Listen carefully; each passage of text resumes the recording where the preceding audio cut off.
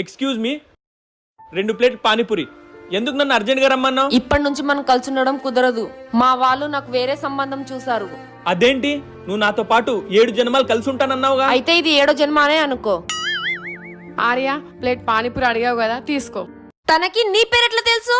నీకంటే ముందు తనే నా గర్ల్ ఫ్రెండ్. వాళ్ళ ఇంట్లో కూడా నన్ను వద్దనుకుని వేరే సంబంధం చూశారు. అవునా? అప్పుడు నేనన్నాను, ఏం పర్లేదులే, కానీ నేను నీకు ఇప్పుడు దాకా ఖర్చు పెట్టిన మొబైల్ ఫోన్ డబ్బులు, షాపింగ్ డబ్బులు, బట్టల డబ్బులు, మూవీస్ తీసుకెళ్లిన డబ్బులు, షాపింగ్ మాల్ తీసుకెళ్లిన డబ్బులు, ఇంకా గిఫ్ట్లు, దీనికి ఖర్చు పెట్టిన డబ్బులని నాకు వాపస్ ఇచ్చేసి ఆ తర్వాత నువ్వు వెళ్ళిపో అని చెప్పేశాను. అప్పటి నుంచి ఇక్కడ పనిచేస్తున్న అప్పు తీరుస్తుంది. తీసుకో పానీపూరి, ఇంకా డబ్బులు.